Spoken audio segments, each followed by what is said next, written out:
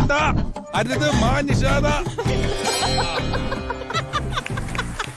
ഈ ഉമ്മ കൊടുക്കാനുള്ള ഒരു കാരണം കിട്ടും. ഈ ഉമ്മ കൊടുത്തത് ഒരു ഡബിൾ മീനിങ് പിഷാരടി പറഞ്ഞപ്പം അതിന് ബാക്കി പത്രമായിട്ടായിരുന്നു ഈ ഉമ്മ കൊടുത്തത്. അതായത് ഡബിൾ മീനിങ് മനസ്സിലാവാത്ത സ്ട്രേറ്റ് ഫോർവേഡ് ആയിട്ടുള്ള ശ്വേത മേനോനെ കാണും. നിങ്ങൾ ഈ ലിപ്സ്റ്റിക് ഒക്കെ ഇടുന്ന സമയത്ത് ഇത്തിരി പേസ്റ്റ് ഇട്ട് പല്ല് വെച്ചിട്ട് വാ. ഇല്ല വേണ്ട വേണ്ട. ഞാൻ ഭാഗ്യം പേസ്റ്റിനെ പറ്റി പറഞ്ഞു, ഞാൻ സോപ്പിനെ പറ്റി പറഞ്ഞെങ്കിൽ എന്ത് സംഭവിച്ചേനെ? അല്ലേ രക്ഷപ്പെട്ടിരിക്കുക ഞാൻ. ചില ആളുകൾക്ക് പൊതുവേദിയിൽ നിന്ന് ഡബിൾ മീനിങ് പറഞ്ഞ ഒരു കുഴപ്പമില്ല, അത് മാക്സിമം എൻജോയ് ചെയ്ത് ഉമ്മ കൊടുത്തതെന്ന് ആഘോഷിക്കും. പക്ഷെ ചില ആളുകൾ, അതേ ആളുകൾ തന്നെ അവരൊരു പേഴ്സണൽ ടോക്കിൽ അല്ലെങ്കിൽ അവർ മാത്രമുള്ള ഒരു സംസാരത്തിൽ അതിനേക്കാൾ എന്താ പറയുക വില കുറഞ്ഞ ചില ഈ ഡബിൾ മീനിങ് പറയുമ്പം അവർക്കത് സ്ട്രെയിറ്റ് ഫോർവേഡ് ആയിട്ട് അവർ ഓട്ടോമാറ്റിക്കലി അവർ മാറും. ചിലപ്പോൾ അവർക്ക് അത് അക്സെപ്റ്റ് ചെയ്യാൻ പറ്റില്ല, അത് ചിലപ്പോൾ അവർ റിലീസ് ചെയ്തെന്നൊക്കെ വരും ആ ടോക്ക്. നിങ്ങൾക്ക് മനസ്സിലായ കാര്യം അതാണ്. ഇപ്പം നമ്മൾ ഈ പിഷാരടിയുടെയും ശ്വേത മേനോൻ്റെയും നമ്മുടെ അമ്മയുടെയും ഏറ്റവും ലേറ്റസ്റ്റ് ആയിട്ട് കണ്ടുകൊണ്ടിരിക്കുന്ന ചില കാര്യങ്ങൾ. പിഷാരടി ഇന്നലെ ശ്വേത മേനോനായിട്ട് സംസാരിച്ച ഒരു 10-40 മിനിറ്റ് സംസാരിച്ച ഒരു ഓഡിയോ ക്ലിപ്പിൻ്റെ ഒരു ഭാഗം എടുത്ത് ശ്വേത മേനോൻ റിലീസ് ചെയ്ത് നമ്മൾ കണ്ടു അല്ലേ. അതിൽ ശ്വേത മേനോൻ എന്താ പറഞ്ഞത്? പിഷാരടി ചോദിച്ച ഡബിൾ മീനിങ്, രണ്ടുപേരുടെ ഫോൺ സംഭാഷണത്തിൽ ഉണ്ടാകുന്ന ഒരു ഡബിൾ മീനിങ് മനസ്സിലാക്കാൻ പറ്റാത്ത ഒരു പാവം ശ്വേത മേനോനായിപ്പോയി. അതുകൊണ്ട് തന്നെ ശ്വേത മേനോന് സങ്കടം മൂത്ത് അല്ലെങ്കിൽ സങ്കടം കാരണം ആയിരിക്കാം അതവർ റിലീസ് ചെയ്തത്. എന്നോട് ഇങ്ങനെയൊക്കെ സംസാരിച്ചല്ലോ പിഷു നീ എന്നുള്ളൊരു അവസ്ഥയിലോട്ട് കാര്യങ്ങൾ എത്തിച്ചത്. യഥാർത്ഥത്തിൽ ഇത് കാണുമ്പോഴാണ് പഴയ ചില വീഡിയോസ് നമ്മൾ അറിയാണ്ട് നമ്മൾ എടുത്തു പോകുന്നത്. നമ്മൾ ഇന്നലെ ഒരു വീഡിയോ ചെയ്തിരുന്നു, ഇത് വേറൊരു ചാനലാണ് ചെയ്തിരുന്നത്, നിങ്ങൾ കണ്ടു കാണും. പക്ഷേ അത് അവിടെ രാഷ്ട്രീയം പറയേണ്ട, ഒരുപാട് പറയേണ്ടെന്ന് വിചാരിച്ചു. പക്ഷേ ഇവിടെ ചില കാര്യങ്ങൾ പറയണം തോന്നിക്കൊണ്ടാണ് ഈ ഒരു ചാനൽ നമ്മളത് ചെയ്യുന്നത്. ഈ ഒരു വീഡിയോ കുറച്ച് മുമ്പത്തെ ശ്വേത മേനോനും പിഷാരടിയും കൂടെ ഇരുന്നിട്ടുള്ള ഏതോ ഒരു മഴവിൽ മനോരമ ഏതൊരു പ്രോഗ്രാം, ഏതോ ഒന്നിൻ്റെ പ്രോഗ്രാമിൽ വന്ന ഒരു വീഡിയോ ആണ്. ഇത് നിങ്ങൾ കണ്ടിട്ട് നിങ്ങൾ തന്നെ പറ, ഈ എന്താ ഡബിൾ മീനിങ് മനസ്സിലാവാത്ത ആളാണോ ശ്വേത മേനോ, അല്ലെങ്കിൽ അത് എൻജോയ് ചെയ്യാൻ പറ്റാത്ത ആളാണോ, അത് കണ്ട് അതിന് ഉമ്മ വരെ കൊടുക്കുന്ന ആളാണോ എന്നുള്ളത് നിങ്ങൾ തന്നെ നോക്ക്, കാണാം.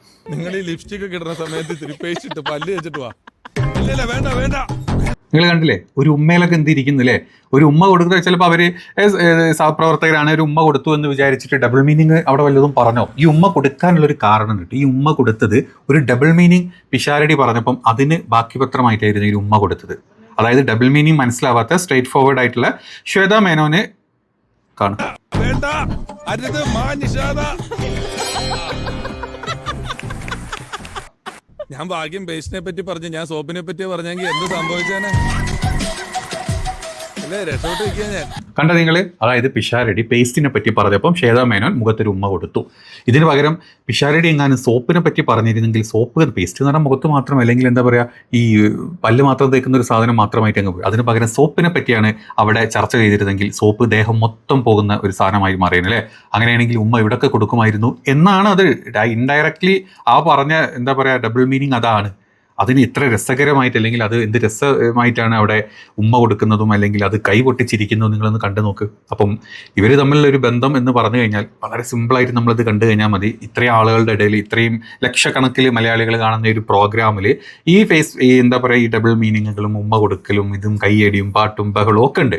അതേ ആളുകൾ ചിലപ്പോൾ പേഴ്സണലി സംസാരിക്കുമ്പം, അതും ഇത്രയും കാര്യങ്ങൾ സംസാരിക്കുമ്പോൾ വൈകിട്ട് എന്താ പരിപാടി, ഹസ്ബൻഡ് വരുന്നുണ്ട് വൈകിട്ട് എന്ന് പറയുമ്പം ഒന്ന് ഇൻഡയറക്റ്റ്ലി അത് കണക്ട് ചെയ്ത് കഴിഞ്ഞാൽ അത് ഇത്രയും വലിയൊരു ഡബിൾ മീനിങ് ആണ്, അല്ലെങ്കിൽ അത് സ്ത്രീത്വത്തിനെ അപമാനിക്കുന്ന ഡബിൾ മീനിങ് ആണെന്നൊന്നും എനിക്ക് തോന്നിയിട്ടില്ല. ഇത് കണ്ടിട്ട് അങ്ങനെ തോന്നുന്നവരുണ്ടെങ്കിൽ അവരേത് കണത്തിലാണ് പെടുത്തേണ്ടതെന്നുള്ളത് നിങ്ങൾ ആലോചിച്ചാൽ മതി. കാരണം പ്രത്യേകിച്ച് പാലക്കാട് നിന്നാണ് പാലക്കാട് ഇത്രയും പ്രശ്നങ്ങളുള്ള സ്ഥലത്തുനിന്ന് എന്തൊക്കെ പ്രശ്നങ്ങളുണ്ടെങ്കിലും ഈ പറഞ്ഞ ഇത് രണ്ട് പാർട്ടികൾ, അതായത് മാർക്സിസ്റ്റുകാരാണെങ്കിലും വേണ്ടില്ല BJP-ക്കാരെ നെല്ലം പറ്റിച്ച് വന്ന ആളാണ് പിഷാരടി. രാഹുൽ മാങ്കൂട്ടത്തിൻ്റെ പേരിൽ ഇത്രയും കേസുകൾ ഉണ്ടായിട്ട് പോലും അവിടെ BJP-ക്കോ അല്ലെങ്കിൽ കമ്മ്യൂണിസത്തിൻ്റെ പിന്നാലെ പോവാണ്ട് അവിടെ ജനങ്ങൾ വോട്ട് ചെയ്ത് ജയിപ്പിച്ച ആളാണ് പിഷാരടി. അപ്പോൾ ആ പിഷാരടിനെ അതേ പേരിൽ അല്ലെങ്കിൽ ഇത്തരത്തിലുള്ള പല പരിപാടികൾ കാണിച്ച് അകത്തിടാൻ നോക്കുന്ന എതിർ പാർട്ടികളാണ് നമ്മൾ കാണുന്നത്. പ്രത്യേകിച്ച് ഈ രണ്ട് എതിർ പാർട്ടികളിൽ പൊതുവേ ഒരു ഇലക്ഷൻ വരുന്ന സമയത്ത് പെണ്ണുകേസ് മാത്രം കൊണ്ടുവന്ന് ഇലക്ഷൻ പിടിക്കുന്ന ഒരു പാർട്ടിയുണ്ട്. അതുപോലെ തന്നെ ഒരു രീതിക്കും കേരളത്തിൽ പിടിക്കാൻ പറ്റാത്തത് കൊണ്ട് പെണ്ണുകേസുമായിട്ട് നടക്കാം എന്ന് വിചാരിച്ച് വന്ന മറ്റൊരു പാർട്ടിയുണ്ട്. ഈ ശ്വേത മേനോൻ ഇത് പാർട്ടിയാണെന്നുള്ളത് വ്യക്തമാക്കി ഇന്നലെ BJP-യുടെ തന്നെ നേതാക്കൾ ഇവിടെ വ്യക്തമാക്കി പറഞ്ഞിട്ടുണ്ട്. ശ്വേത മേനോൻ ഒരു സംഘിയല്ല, ഒരു BJP അല്ല, പക്ഷേ മോദി ഭക്തയാണ്, ഒരു ദേശീയവാദിയാണ്. ഈ മോദി ഭക്ത ദേശീയവാദി എന്നും പറഞ്ഞു വരുന്നത് എന്തുകൊണ്ടാണെന്നറിയോ? ഞാൻ സംഘിയാണേ എന്ന് പറയാനുള്ള ഒരു ചമ്മൽ ഇപ്പോഴും പലർക്കും ഉണ്ട്. ശ്വേത മേനോൻ ഒരു ദേശീയവാദിയാണ് എന്ന് എനിക്കറിയാം, ഞങ്ങൾക്കറിയാം. ശ്വേത മേനോൻ നരേന്ദ്രമോദിയുടെ ഭക്തയാണ് എന്നും അറിയാം. അതേസമയത്ത് ശ്വേതാ മേനോൻ BJP അംഗമല്ല, BJP-കാരിയല്ല.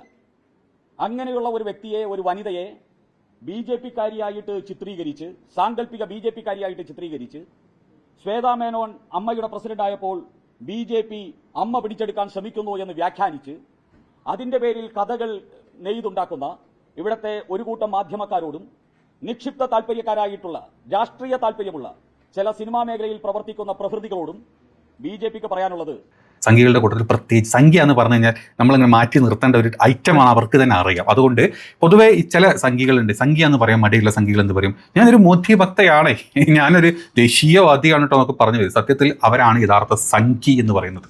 അതുകൊണ്ട് തന്നെയാണ് ഇതിൽ ഈ രാഷ്ട്രീയം കടന്ന് വരാനുള്ള ചാൻസും അല്ലെങ്കിൽ കടന്ന് വരുന്നതും അതുകൊണ്ട് തന്നെയാണ് എന്ന് വ്യക്തമായിട്ടുള്ളൊരു കാര്യമാണ്. ഇനി ഇതുകൊണ്ട് തീരുന്നില്ല. ഈ ഒറ്റ പ്രോഗ്രാമിൽ, ഈ നമ്മളിപ്പോൾ കാണിച്ച ഈ ഒരൊറ്റ പ്രോഗ്രാമിൽ ഒരു ഇന്നർ മീനിങ് ഒന്നും അല്ല പറയുന്നത്. തിരിച്ചും മറിച്ചും ഇന്നർ മീനിങ് പറയുന്നുണ്ട് പിഷാരടി.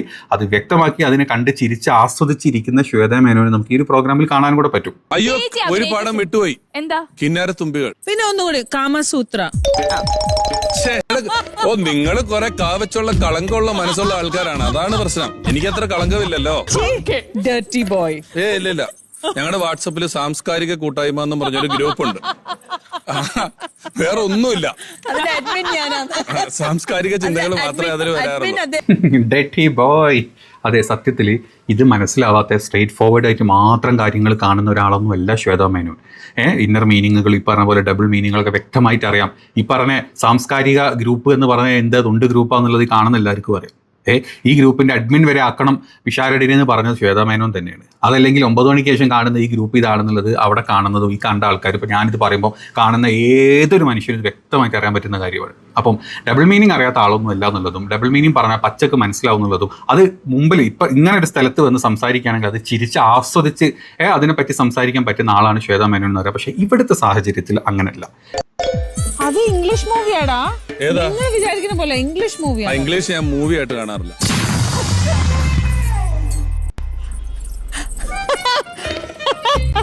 ഞാൻ അതിന്റെ ട്രെയിലർ മാത്രമേ കാണുള്ളൂ, മൂവി കണ്ടാൽ മനസ്സിലാവില്ല. അതുകൊണ്ട് ഈ അമ്മ നമ്മുടെ വിഷയമേ അല്ല എങ്കിലും ഈ അമ്മയിലോട്ട്, നമ്മുടെ നാട്ടിലോട്ട് ഈ സംഗീതം കടത്താനുള്ള എല്ലാ പരിപാടികളും BJP ചെയ്യുന്നുണ്ട്, നമുക്ക് എല്ലാവർക്കും അറിയാം. നമ്മുടെ ഇന്ത്യയിലെ പല കാര്യങ്ങളും, അതായത് രാഹുൽ ഗാന്ധിയൊക്കെ വന്ന് എപ്പോഴും പറയുന്ന, അല്ലെങ്കിൽ പ്രതിപക്ഷ പാർട്ടികൾ എപ്പോഴും വന്ന് പറയുന്ന ഒരു കാര്യമുണ്ട്. നമ്മുടെ ED, NIA, CBI, ഇത് കോടതി, നമ്മുടെ ഇലക്ഷൻ കമ്മീഷൻ കംപ്ലീറ്റ്ലി ഹൈജാക്ക് ചെയ്യപ്പെട്ടു പോയിട്ടുണ്ട്. അല്ലെങ്കിൽ BJP അത് ഹൈജാക്ക് ചെയ്ത് പോയിട്ട് പറയുന്നുണ്ട്. അവിടെ മാത്രമല്ല BJP കൈകടത്തുന്നത്, സാംസ്കാരികമായിട്ടുള്ള കലാപരമായിട്ടുള്ള ഏതൊരു പ്ലാറ്റ്ഫോമും BJP കയ്യിൽ ഒതുക്കാൻ വേണ്ടിയിട്ട്, സംഘപരിവാർ കയ്യിൽ ഒതുക്കാൻ വേണ്ടിയിട്ട്, സംഘപരിവാൻസിൻ്റെ കയ്യിലോട്ട് ഒതുക്കാൻ വേണ്ടിയിട്ട് അവർ ഇന്നും ഇന്നലെയും തുടങ്ങിയ പരിപാടികളല്ല. കഴിഞ്ഞ 10 വർഷം ആയിട്ട് ഈ ബോളിവുഡ് വരെ, ഞാൻ കഴിഞ്ഞ വീഡിയോയിലും പറഞ്ഞിരുന്നത്, ബോളിവുഡ് വരെ കൈയടക്കിയത് എങ്ങനെയെന്ന് അറിയാം. ഒരു കാലത്ത് ഇന്ത്യൻ സിനിമ എന്ന് പറഞ്ഞു കഴിഞ്ഞാൽ ലോകത്ത് ഏതൊരാൾക്കും അറിയായിരുന്നു. ഇന്ത്യയിലെ പ്രധാനപ്പെട്ട ഒരു നേതാവിൻ്റെ പേര് പറഞ്ഞാൽ അറിയിട്ടില്ലെങ്കിലും അമിതാഭ് ബച്ചൻ്റെ പേര് പറഞ്ഞാൽ മനസ്സിലാവും, മുഹമ്മദ് റാഫിയുടെ പാട്ടുകളെ പറ്റി പറഞ്ഞാൽ മനസ്സിലാവും, പഴയ ഷോലെ സിനിമയെ പറ്റി പറഞ്ഞ ആൾക്കാർക്ക് അറിയാം. ഈ ഒരു കാലഘട്ടം ഉണ്ടായിരുന്നു നമുക്ക്, അല്ലേ?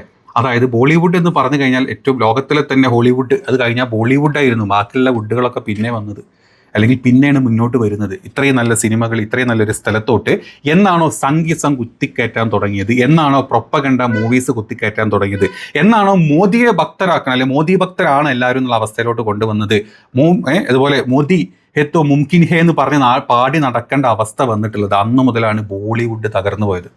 ബോളിവുഡ് എന്ന് പറഞ്ഞു കഴിഞ്ഞാൽ ഇപ്പം മോദി ഭക്തരുടെ ഒരു കൂട്ടം മാത്രമായിട്ട് മാറി. നല്ല സിനിമയില്ല, നല്ല പാട്ടുകളില്ല, നല്ല നടന്മാരില്ല. ഓരോ നടന്മാരും ഓരോ ആഴ്ച വന്ന് പറയും മോദി എൻ്റെ ഭഗവാനാണ്, മോദി എൻ്റെ ദൈവമാണ്, മോദി ലോകത്തിൻ്റെ ദൈവമാണ്, മോദി വിശ്വഗുരുവാണ്. ഇതല്ലാതെ ബോളിവുഡ് സിനിമയെന്ന് മര്യാദയ്ക്ക് വർത്താനം പറഞ്ഞ ആരെങ്കിലും ഉണ്ടോ? നിങ്ങൾ കാണൂല. അങ്ങനെ ഒരു സിനിമ ആ ഒരു ഫീൽഡ് ഇല്ലാണ്ടാക്കി. അതേപോലെ തന്നെ അതിൽ നിന്ന് മാറി ഇത്രയും വിട്ടു നിൽക്കുന്ന ഒരു ഫീൽഡിൻ്റെ, അത് മലയാളം മൂവിയാണ്, മോളിവുഡാണ്. ഈ മോളിവുഡിലോട്ടും സംഗീതം കുത്തിക്കയറ്റാൻ നോക്കുന്നുണ്ട് കഴിഞ്ഞ കുറച്ച് കാലങ്ങളായിട്ട്.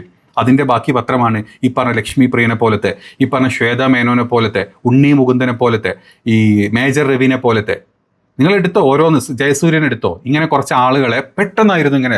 അതുവരെ ഒരു സെക്യുലറിസം ഉള്ള ഒരു സംഘടനയായിരുന്നു അമ്മ, അല്ലെങ്കിൽ സെക്യുലറിസം ഉള്ള ഒരു ഫീൽഡായിരുന്നു നമ്മുടെ ബോളിവുഡ് ഞാൻ പറഞ്ഞ പണ്ടുണ്ടായിരുന്നു, ഇപ്പം അതില്ല. മോളിവുഡ് അങ്ങനെ ഒരു ഫീൽഡ്, ആ ഫീൽഡിലോട്ട് എന്ന് സംഗീതം കുത്തിക്കയറ്റാൻ തുടങ്ങിയോ അന്നാണ് തമ്മിലടി ഉണ്ടായത്. എന്ന് മുതലാണ് നിങ്ങൾ ഈ മട്ടാഞ്ചേരി മാഫിയനെ പറ്റി അറിഞ്ഞു തുടങ്ങിയത്? കഴിഞ്ഞ 5 കൊല്ലമായിട്ടേ ഉള്ളൂ, 5 കൊല്ലമായിട്ടേ ഉള്ളൂ. അതാണ് എവിടെയാണോ BJPക്ക് സംഘപരിവാറിന് തമ്മിൽ അടുപ്പിക്കേണ്ടത് അവരവരുടെ കയറിയിട്ട് അവരവിടെ മതം കൊണ്ടുവരും. ആദ്യം മുസ്ലിമിനെ കൊണ്ടുവരും, മുസ്ലിമിനും ഹിന്ദുവിനും തമ്മിൽ അടുപ്പിക്കും. അതിന് അവിടുത്തെ കുറച്ച് ആൾക്കാർ അവർ കയ്യിലെടുക്കും.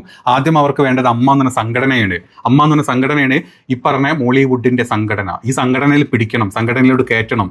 എല്ലാ സകലതരം ഈ സംഘികളെ അതിലോട്ട് കയറ്റിക്കഴിഞ്ഞാൽ അവർക്ക് ആദ്യം അത് പിടിക്കാൻ പറ്റില്ല. അങ്ങനെ അത് പിടിച്ചിട്ട് അവർക്ക് പ്രൊപ്പഗണ്ടകൾ പരത്തണം. അതോടുകൂടി നമ്മുടെ ആ ഒരു കലാസാംസ്കാരിക ആ ഒരു പ്ലാറ്റ്ഫോം ഇല്ലാണ്ടാക്കണം. അതിലോട്ട് സംഗീതം കൊണ്ടുവരണം. അവിടെ മോദി ഭക്ത കയറ്റണം. നിങ്ങൾ ആലോചിച്ചു, കഴിഞ്ഞ ദിവസം ശ്വേതാ മേനോനെ പറ്റി ഞാൻ പറഞ്ഞല്ലോ, തുടക്കത്തിൽ പറഞ്ഞല്ലോ, എന്താ പറയുന്നത്? മോദി ഭക്ത എന്നാ പറഞ്ഞത്. മോദി ഭക്തയും തികഞ്ഞ ദേശീയവാദിയും എന്നാ പറഞ്ഞത്. ഇത്രയും കാലം ഇതൊക്കെ നമ്മളെല്ലാവരും അങ്ങനെയൊക്കെ തന്നെ ദേശീയവാദികളാണ് നമുക്ക് എല്ലാവർക്കും നാഷണലിസ്റ്റ് അല്ല, നമ്മളൊക്കെ പാട്രിയോട്ടിസം ആണ് നമ്മൾ കാണിക്കേണ്ടത്. നാഷണലിസം എന്ന് പറഞ്ഞാൽ എന്താ അറിയോ? അതായത് ആരാണോ ഒരു അച്ഛൻ ഭരിക്കുന്നത് അത് അവരെ കണ്ണടച്ചങ്ങ് വിശ്വസിക്കും. അവരെ പറ്റി സംസാരിക്കാൻ പാടില്ല, അവരോട് മിണ്ടാൻ പാടില്ല, ഗവൺമെന്റിനെ ചോദ്യം ചെയ്യാൻ പാടില്ല. അതാണ് ഇവർ പറയുന്ന ദേശീയവാദം. പാട്രിയോട്ടിസം എന്ന് പറഞ്ഞാൽ അതല്ല. രാജ്യത്തിനെ സ്നേഹിക്കണം, രാജ്യത്തെ സിസ്റ്റങ്ങളിൽ മോശം കണ്ട് എതിർക്കണം. രാജ്യം ഭരിക്കുന്ന നേതാവ് തെറ്റായിട്ടാണ് കാര്യങ്ങൾ ചെയ്യുന്നത്, നമ്മളത് എതിർക്കണം. രാജ്യം ഭരിക്കുന്ന പാർട്ടി മോശമായിട്ടുള്ള കാര്യങ്ങൾ എതിർക്കണം. അതാണ് പാട്രിയോട്ടിസം. രാജ്യസ്നേഹം എന്ന് പറഞ്ഞാൽ അതാണ്. അതല്ലാണ്ട് മോദി സ്നേഹമോ BJP സ്നേഹമോ RSS സ്നേഹമോ അല്ല. ആ BJPയുടെ നേതാവിനെ പറയാം ശ്വേത എന്ന് പറഞ്ഞാൽ അതാണ്. അപ്പം എവിടെ എന്ത് കയറ്റണം എന്ന് വ്യക്തത ധാരണ അവർക്കുണ്ട്. എവിടെ നിന്ന് ഫണ്ട് കൊണ്ടുവരണം? അമ്പലത്തിൽ നിന്ന് ഫണ്ട് വാങ്ങണം, അതല്ലെങ്കിൽ അവർക്ക് അദാനിയുടെ കഴിഞ്ഞ് 2 കോടി വാങ്ങണം, അത് കഴിഞ്ഞ് 15 കോടിയുടെ പരിപാടികളോടെ കൊണ്ടുവരണം. അദാനി ആർക്ക് വേണ്ടിയാണ് ഫണ്ട് ഇറക്കുന്നത്? ആ അദാനി ആരുടെ മുതലാളിയാണ്? നമ്മുടെ രാജ്യം ഭരിക്കുന്ന ആളുടെ മുതലാളിയാണ് അദാനി. എന്തുകൊണ്ടാണ് ഈ പറഞ്ഞ ഇന്ത്യൻ മീഡിയയിലെ 80% അദാനിയുടെ അംബാനിയുടെയും കയ്യിലോട്ട് പോയത്?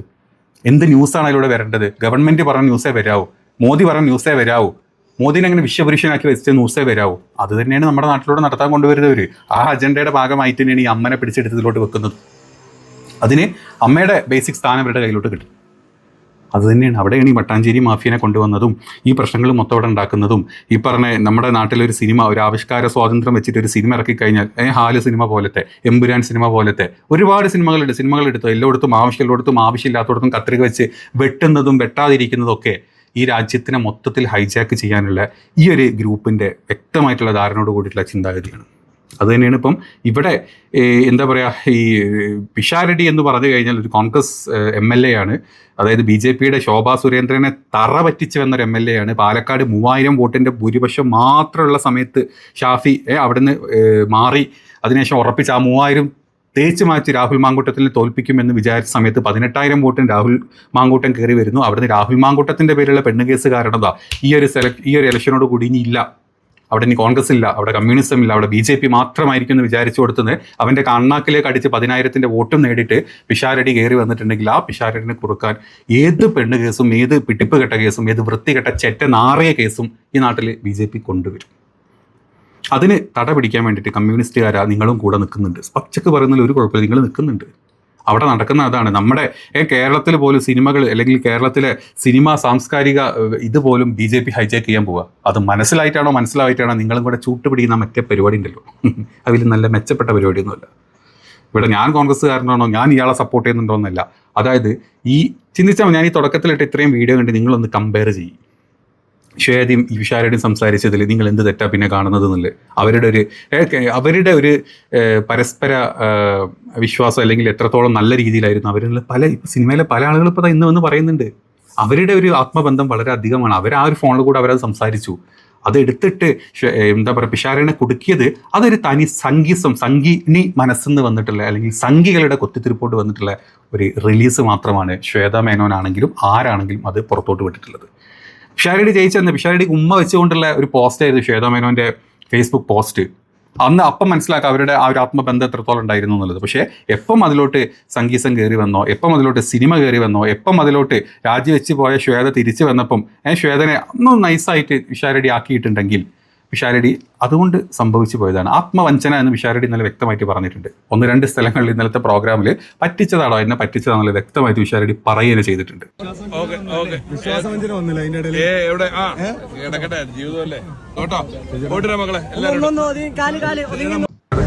മറ്റേ ഓടിയോ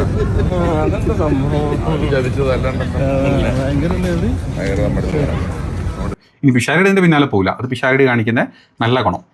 ഈ പാലക്കാട് ഇലക്ഷൻ്റെ സമയത്ത് നമ്മൾ കണ്ടിട്ടുണ്ട് അവിടെ എന്തൊക്കെ പ്രശ്നങ്ങളുണ്ട്. പിഷാരടി അവിടുത്തെ ഇവന്മാരെ കുത്തിത്തിരിക്കാനും BJP നേതാവിനെ പറയാനോ അല്ലെങ്കിൽ കോൺഗ്രസ് മാർക്സിസ്റ്റ് നേതാവിനെ പറയാൻ പിഷാരടി പോയിട്ട് പിഷാരടി ജനങ്ങൾക്ക് എന്ത് വേണം എന്ത് ചെയ്യണം അതവിടെ പറഞ്ഞു ചെയ്തു, പുള്ളി അവിടെ ജയിച്ചു. ഇവിടെ അത് തന്നെ നടക്കുന്നത്. ഇനി ശ്വേത വാല ഉറക്കണം. ശ്വേത വാ തുറക്കണം, എങ്ങനെ ഇത് പുറത്തു പോയി, എന്തിനിത് പുറത്താക്കി, ഞങ്ങൾ തമ്മിൽ അങ്ങനെയൊന്നും ഇല്ല, ഇയാൾ പറഞ്ഞത് എന്നോട് മോശമായിട്ട് പെരുമാറിയിട്ടുണ്ട്. എടാ, ഈ തരത്തിൽ ഇതിനേക്കാൾ വൾഗറായിട്ട് ഈ ഗണേഷ് കുമാർ ഒരു കൊച്ചിൻ്റെ അച്ഛനെ വരെ ആക്കിയ കഥകൾ നമുക്കെല്ലാവർക്കും അറിയാം. മന്ത്രി ആയിരിക്കുമ്പോഴും ഈ പറഞ്ഞ അമ്മയുടെ ഭാഗമായിരിക്കുമ്പോഴും മുകേഷ് ഫ്ലാറ്റുകൾ പെണ്ണുങ്ങളെയും കൊണ്ട് നടന്ന് പഴപ്പിച്ചിട്ടുള്ള മുകേഷിനെ പറ്റി നമുക്കറിയാം. ഈ കഥകളൊക്കെ മുമ്പിൽ നമുക്ക് കിടക്കുന്നുണ്ട്, പച്ചക്ക് കിടക്കുന്നുണ്ട്. ഇതൊന്നുമല്ല പിഷാരടിയുടെ അവസ്ഥ. ഇവരുടെ ആത്മബന്ധത്തിന്റെ പേരിൽ ഒരു ടോക്ക് എടുത്തിട്ടാണ് പിഷാരടിയുടെ ഇവിടെ എല്ലാവരും കൂടെ വലിയ പെണ്ണുപിടിയിലാക്കുന്നത്. അങ്ങനെ പെണ്ണ് പിടിച്ച കണക്കെടുത്ത് കഴിഞ്ഞാലല്ലോ കമ്മ്യൂണിസ്റ്റുകാരാ, നിനക്ക് മൂത്ത് മറ്റേ ഇതല്ല, മുഖം മൂടിയിട്ടിട്ടില്ല, നീ ഒന്നും പുറത്തു പോലെ ഇറങ്ങാൻ പറ്റില്ല. നിങ്ങളുടെ നേതാക്കൾ, നിങ്ങളുടെ സാംസ്കാരിക, നിങ്ങളുടെ എന്താ പറയുക, രാഷ്ട്രീയ നേതാക്കൾ ചെയ്ത ചെറ്റത്തരങ്ങളുടെ കണക്കെടുത്ത് കഴിഞ്ഞാൽ, അതിന് BJP എടുത്തു കഴിഞ്ഞാൽ ഇത് തന്നെ അവസ്ഥ. BJP നാട് മൊത്തം പീഡിപ്പിച്ച ആളുകളുണ്ടെങ്കിൽ അവർ ജയിലിൽ നിന്ന് ഇറങ്ങുമ്പോൾ അവരെ കൊട്ടിഘോഷിച്ച് മാലയിട്ട് എടുക്കുന്ന പാർട്ടിയാണ് BJP എന്ന് പറഞ്ഞ സംഘപരിവാർ പാർട്ടി. അതിന് എത്ര പേരെ പീഡിപ്പിച്ച് ക്രൂരമായിട്ട് കൊന്നു കഴിഞ്ഞാൽ ആ കൊന്നത് ഒരു BJP-കാരനാണ് അല്ലെങ്കിൽ RSS-കാരനാണ്, സംഘപരിവാരകാരനാണെങ്കിൽ ഓൻ ജയിലിൽ നിന്ന് ഇറങ്ങുമ്പോൾ ഓനെ പിടിച്ച് MLA വരെ ആക്കി കൊടുക്കും. അതാണ് BJP-യുടെ സംസ്കാരം എന്ന് പറയുന്നത്. അപ്പം ഇതൊക്കെ മനസ്സിലാക്കി കഴിഞ്ഞാൽ സാധാരണക്കാരെ ഇത് കാണുന്ന ആളുകൾ മനസ്സിലാക്കുക, നിങ്ങൾക്ക് കാര്യം മനസ്സിലാവും. അപ്പോൾ ഇതിവിടെ പറയണം തോന്നി. ഇതിൽ രാഷ്ട്രീയം നല്ല പോലെ ഉണ്ട്. നമ്മുടെ കേരളത്തിന് ഏത് രീതിയിലാണ് സംഘപരിവാർ പിടിക്കാൻ വരുന്നതിൻ്റെ ഒരു ഭാഗമാണ് നമ്മൾ ഈ ചെറുതായിട്ട് കണ്ട ഈ സംഭവം കൂടി ഇതിലുള്ളത് മനസ്സിലാക്കാൻ വേണ്ടിയിട്ടാണ് ഈ ഒരു വീഡിയോ ഞാനിപ്പം ഇവിടെ വന്ന് ചെയ്തിട്ടുള്ളത്. അപ്പോൾ വീഡിയോ ഇഷ്ടപ്പെട്ടെങ്കിൽ മാക്സിമം നിങ്ങൾ സപ്പോർട്ട് ചെയ്യുക. നിങ്ങളുടെ അഭിപ്രായം എന്താണെന്നുള്ളതും കൂടെ കമൻറ്റ് ചെയ്യുക. നമുക്ക് നോക്കാം. അടുത്തൊരു വീഡിയോയിൽ കാണാം.